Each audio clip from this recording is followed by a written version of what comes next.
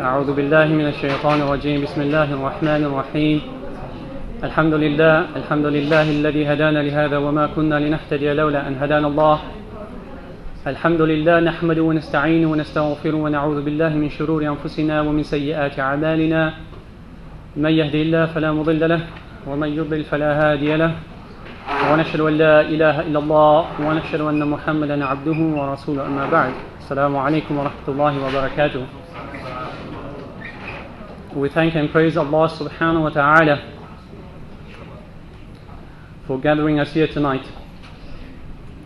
Alhamdulillah. It is always a pleasure to see young and bright faces. Some smiling, some frowning, some happy, some sad. But alhamdulillah, we're all here together.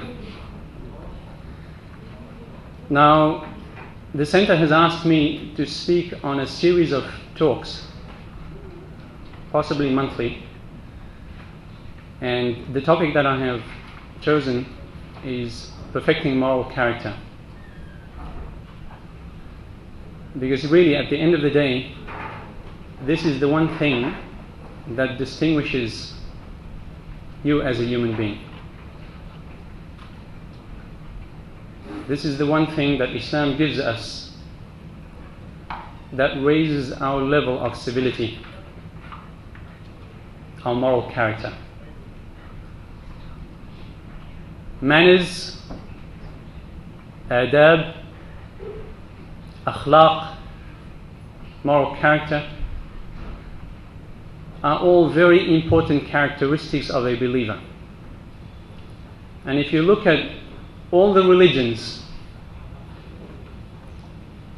they all made reform of the self the foundation to reform of society. So if you have well-mannered individuals, then you will have a civilized society. So what I want you to do is just quickly reflect on the type of society that we are currently living in. And how would you rate it in terms of its level of manners, behavior, and moral character? And we will come to the conclusion that we have a lot of work to do, especially if we look at our own community. So Islam considers a strong and noble moral character as a guarantee for the preservation of civilization. Now this is also important to reflect on as to which civilization at the moment is most powerful. Now things like good government and strong social institutions are important, but they're not the most important things. They're important for a nation to progress and persevere and to develop, but they are not the most important things. The most important is the moral character of the people working in those government institutions. Because, for example, if you have people who are corrupt,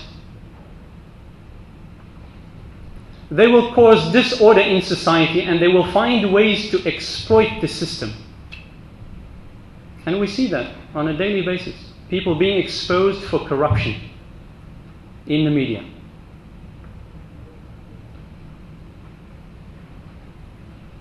So they will find loopholes, they will find ways of corrupting, of exploiting those good systems that we have put in place. But on the other hand, if you have people who are noble and of purified character, they will work for the interest of who? For all people. Whereas the person who is corrupt and has a wicked and evil character will exploit the system for his or her own selfish motives, but not the person who is noble and who has a high moral character. He will work to serve others. And that is the big difference that we are talking about. What type of moral character do you want to have? Do you wish to be noble? Do you wish to be dignified? Do you wish to live your lives on the highest levels of ethics and manners and behavior? Or do you wish to be corrupt, wicked, evil, spreading mischief? Reform of the self is therefore the foundation of virtue in this life. And if we ignore this, if we ignore reforming ourselves, then this world will always be plagued by evil and corruption. And Allah subhanahu wa ta'ala in the Quran gives us the key to this. Allah subhanahu wa ta'ala says, إِنَّ اللَّهَ لَا يُغَيِّرُ مَا بِقَوْمٍ حَتَّى يُغَيِّرُوا مَا بِأَنفُسِهِمْ. Allah subhanahu wa ta'ala will not change the condition of a people until they change it themselves. That is, until they change themselves, then Allah subhanahu wa ta'ala will change the situation for them. Allah subhanahu wa ta'ala will change our environment when we change ourselves. So sometimes we are really deluding ourselves into thinking that things will get better when we do not reform ourselves. In fact, the survival and progress of a nation depends on its morality. It does not depend on its wealth. It does not depend on the strength of its army. It depends on the strength of its morality. And when morals decline in a nation, sovereignty and power will eventually be lost. And this is how all civilizations in the past were destroyed. They were destroyed at their own hands, including the Islamic civilization. So if we want to regain that civilization, then we have to start with morality. Islam also teaches us that chasing after or pursuing desires, shahawat, and seeking the never-ending wants will never satisfy the self. And unfortunately, this is one of the aspects of the civilization that we are living in. A materialistic consumerism, where every day you have something new that you want. And the market is always satisfied. Look at mobile phones. When is a mobile phone just going to be a mobile phone? Next year they will tell you, no, it can do something else. And you must have it. It can take photographs. The next year it will tell you, no, it can take video. You need to have it. You must have it. In fact, you must have it. But the self will never be satisfied. Because if one desire is met, another will always follow. And Allah subhanahu wa ta'ala points out in the Quran this reality. Unfortunately, we forget this.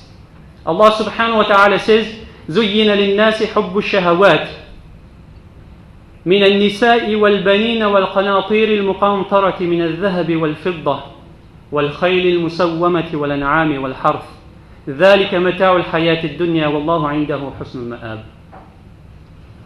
Allah subhanahu wa ta'ala says, beautiful, zina, beautiful in the eyes of people. And if you've done marketing, then you know. You have to beautify the product in the eye of the person who's going to buy it.